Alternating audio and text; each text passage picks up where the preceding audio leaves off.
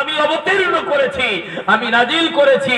এরপরে এই কোরআনের হেফাজতের দায়িত্ব, সংরক্ষণের দায়িত্ব আমি আল্লাহ নিজেই গ্রহণ করেছি। জোরে বলেন সুবহানাল্লাহ। এর হেফাজতের জন্য কোন মানুষ কি জামিনদার? কোন মানুষ দায়িত্ব নেয়নি। সুতরাং এই কোরআন কিয়ামত পর্যন্ত পৃথিবীতে কেউ শেষ করতে পারেনি আর পারবে না। কারণ একটা ঘটনা বলেনি, আমরা জানি যে মিসেস অ্যাসেলিমি নাম শুনেছিলাম না? মিসেস অ্যাসেলিমি বহু শিক্ষায় পারদর্শী ছিল। একদিনের ঘটনা, সে বিভিন্ন পুস্তক নিয়ে আর আলেম ওলামাদেরকে ডাক করলেন, সে প্রমাণ করাবে কোরআন মিথ্যা। জোরে বলেন না নাউযুবিল্লাহ। কোরআন মিথ্যা। প্রথমেই আল্লাহ চ্যালেঞ্জ ছুড়ে দেয়নি কোরআনে, যালিকাল কিতাব, এটি একটি কিতাব লা রাইবা ফি, সন্দেহ মুক্ত, কোনো সন্দেহ নেই।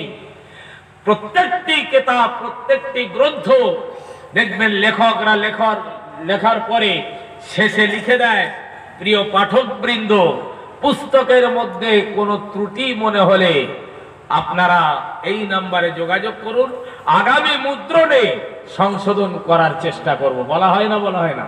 কিন্তু কোরআন এমন একটা কিতাব, প্রথমেই তো আল্লাহ চ্যালেঞ্জ ছুড়ে দিল, যালিকাল কিতাব, এই কিতাব, এটি একটি কিতাব লা রাইবা ফি, সন্দেহ মুক্ত, কোনো সন্দেহ নেই।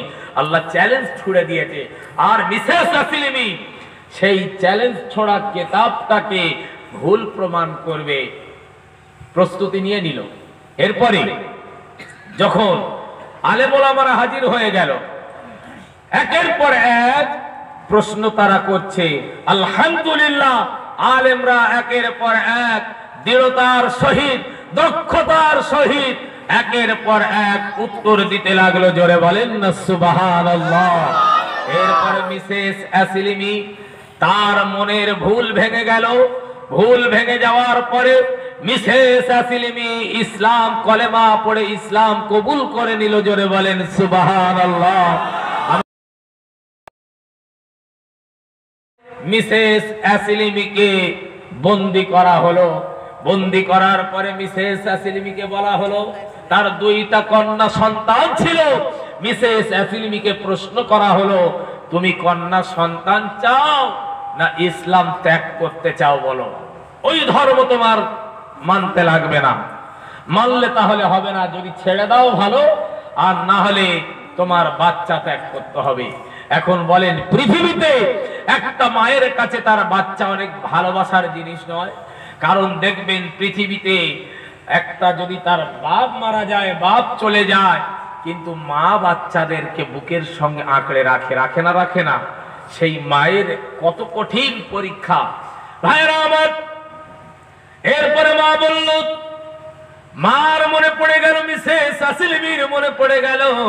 মিসেস অ্যাসেলিমি বলল, আমি ইতিহাস শুনেছি, হযরত ইব্রাহিম আলাইহিস সালাম তার একটাই মাত্র কলিজার টুকরা সন্তান ছিল ইসলামের জন্য, আল্লাহর জন্য একটাই কলিজার টুকরা সন্তানকে জবাই করতে যদি নিয়ে যেতে পারে, আর আমি আল্লাহর জন্য দুইটা বাচ্চাকে কেন পরিত্যাগ করতে পারবো না?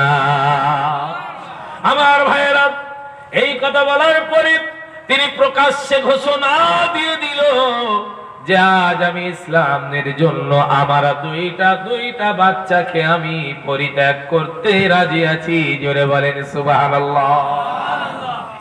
আমার ভাইয়েরা, এরপরে কি করলো? মিসেস অ্যাসেলিমি, তার নামকরণ করা হলো আমিনা অ্যাসেলিমি।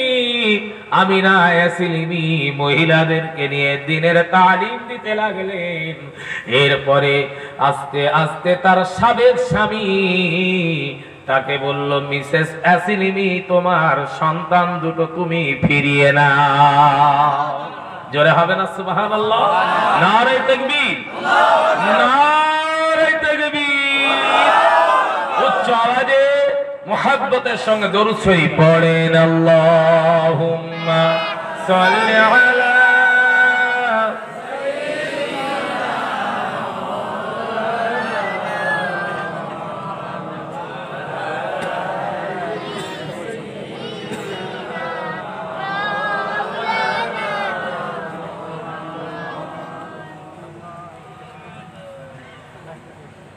কোন সাধনা করি মাগো বলো মায়ামিনা,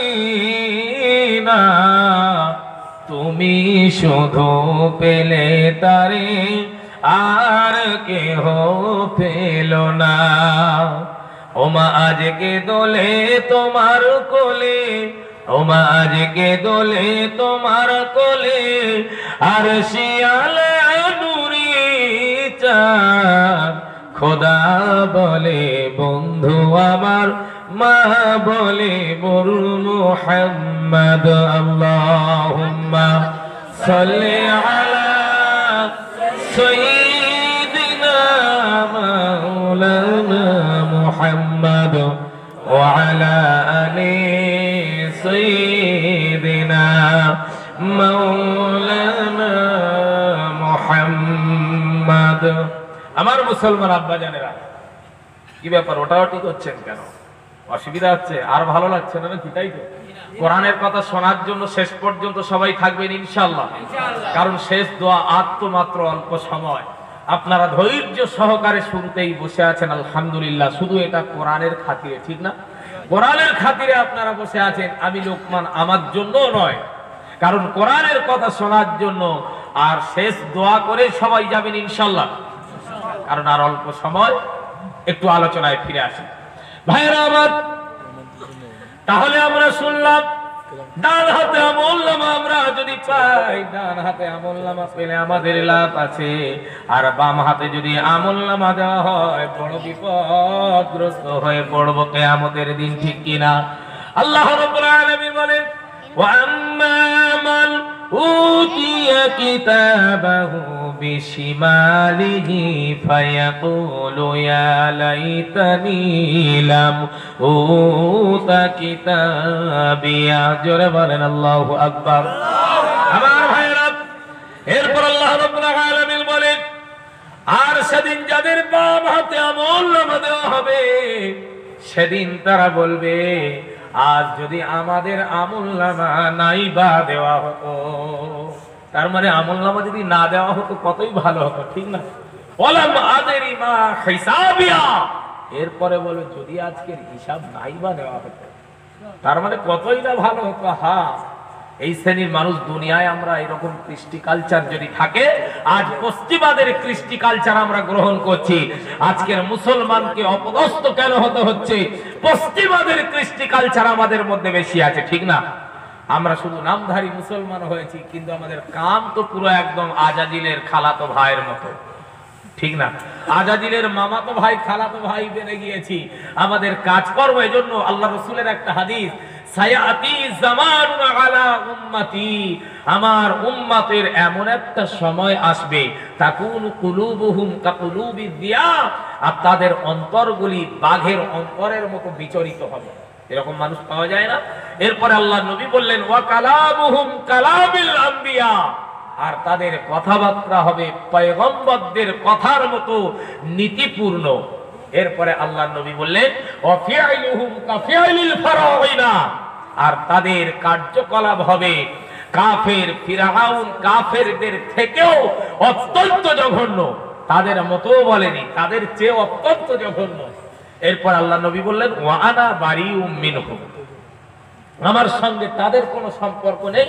ওহুম বারিউনা মিন্নি, আর তাদের সঙ্গে আমার কোনো সম্পর্ক নেই। এখন এই শ্রেণীর মানুষ সমাজে পাওয়া যায় না। দেখবেন এমন কথাবার্তা, এমন সুন্দর সুফি হয়ে ঘুরি, মনে হয় যেন আকাশ থেকে এই মাত্র ফেরেশতা নেমে এলো, কিন্তু কার্যকলাপ পুরো আজাজিলের খালাতো ভাই। আচ্ছা বলেন তো, আজাজিল শিক্ষিত ছিল না মূর্খ ছিল? শিক্ষিত ছিল। তো এই শিক্ষিত হওয়ার পরেও আজাজিলের আজকের সারা পৃথিবীতে শয়তান হিসাবে আজাজিল বিবেচিত, ঠিক কিনা? এত জ্ঞানী।